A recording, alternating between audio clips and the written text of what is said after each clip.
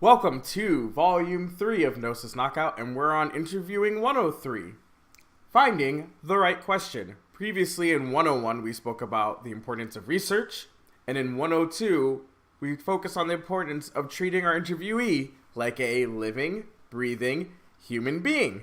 So today's topic is part of my own personal interview bag of tricks that may not work for everyone, but I think it's very important, and it's going to inform us towards our next topic in 104 of interview, not questionnaire, is going in with the right mindset for your interview and having a general question that's going to inform the entire course of your interview.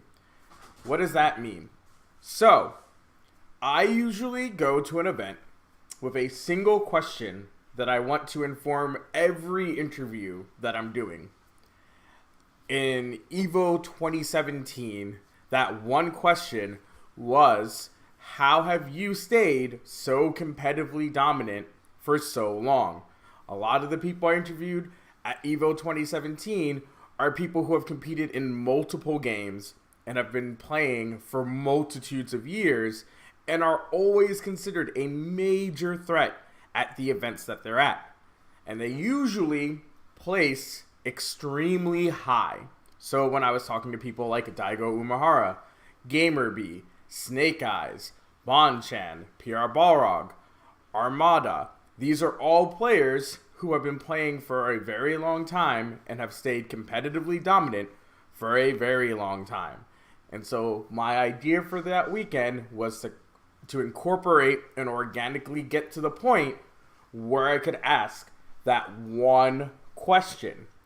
And then the answer to that one question informs the latter half of the interview. This is a great way to give your interviews some continuity when you're at an event. Also, if you're not able to get a lot of interviews, or if you want to do a feature, this helps you have a generalized topic that you can build your feature around. And all of your interviews are going to allow you to have quotes and anecdotes that you can use in your feature. So, how do we come up with that one right question? Glad you asked. Voice inside my head. Well, what we are going to do is look, one, using our research, the type of players that we have at our event, and then see if there's a thread that we can use to sew them all together. So in the case of League of Legends, right? If you want to do a retrospective on the AD carries in 2018 situation, right? Where there was a chunk of the summer split where people weren't playing marksman and instead were playing, as Papa Smithy calls, awesome dudes. You know, our Mordekaisers, our Yasuos, our Dariuses, you know, those champions. Then we could look at the AD carries attending Worlds, see how many of them played awesome dudes, see how well they did on awesome dudes, and then see how well they did when the meta went back towards marksman. This will allow you to have a story. Maybe all of the people at Worlds played awesome dudes and marksmen at equal levels. But we already know that at least one player, Reckless, didn't play a single awesome dude. He had the one game on Janna, and then when the meta shifted back to awesome dude to marksman, he replaced Bwipo, one of Fnatic's top laners, back in the bottom lane position. So at least you have one person that'll fit that story. And then all you have to do with the myriad of AD carries at Worlds, you can then use and hope that some of the stat lines and things that you've used your research to figure out will give you that question. The question might be, hey, awesome dudes is not the role that you signed up for. How did you adjust? And then what was it like having to go back to playing marksman? And then you use that question Now, you probably aren't going to open your interview with that question. You may be talking about a couple of things. The changes to the frequency and balance patches, the way that balance patch was changed to have, large one, small one, small one, small one, large one, all of these different things. And then the conversations about patches and about, playing a long season can then be brought into the conversation about awesome dudes and having to transition, learning how to play them and how to transition back to playing marksman. That obviously only works if your story is going to be about 80 carries. When you're doing something like, a game like Overwatch, right? The way that Overwatch esports started is the same as every other esport. During the beta, there were small tournaments. Then when it officially launched, there were a lot of orgs that had teams, and there was sort of a healthy competitive scene of online and offline tournaments. And then Blizzard made some changes to the official tournament structure as a way to build up towards Overwatch League. And so the only major tournament that was really happening was Apex League over in Korea, followed by eventually the official launch of the Overwatch League. We do have quite a few players who were playing in the Overwatch League who were playing during the pre-Blizzard tournament structure change.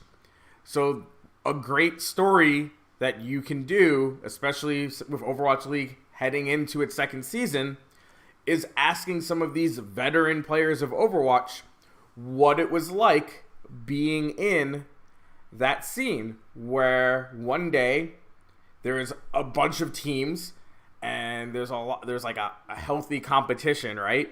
And then the Overwatch Blizzard changes the Overwatch tournament structure, and it's like pretty impossible to have a tournament.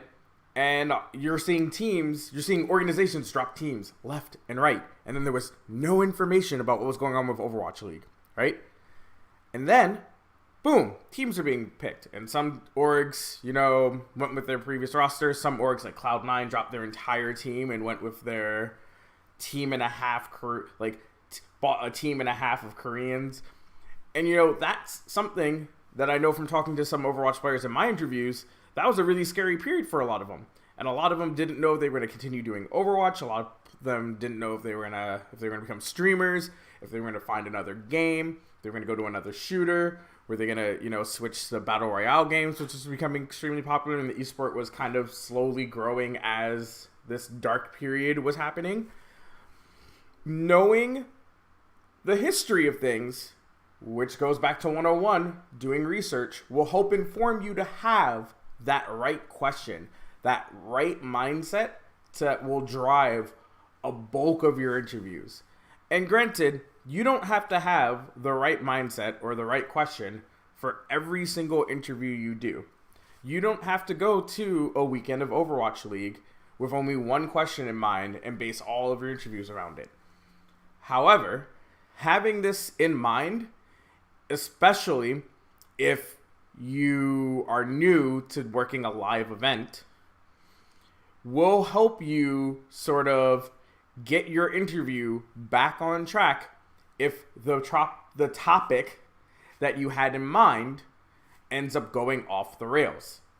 A listener question that I got was, how do you sort of get an interview back on track? And this will be a topic that will probably be handled in next month's lesson plan, which is live events, is sometimes you don't. If a player is trying to troll you or is just not actively involving themselves in the interview, sometimes you're just going to have to accept that happens. However, having a backup plan, like your right question, will allow you to at least try to salvage that interview for a greater piece. If you have a bunch of interviews that did okay and one that was a stinker, you can still release those other 4 interviews as separate pieces. But then, because you had that one plot thread, right? Our marksman having to learn how to play awesome dudes and then going back to marksman, or what was it like in the dark days of competitive Overwatch where you didn't know if you were going to be on a team or if you were getting into Overwatch League. That plot thread, that one question, gives you anecdotes and quotes that you can use for a feature to replace that slot of that one bad interview. This is why having that is extremely important. So there is no homework today. Hopefully you guys did yesterday's homework.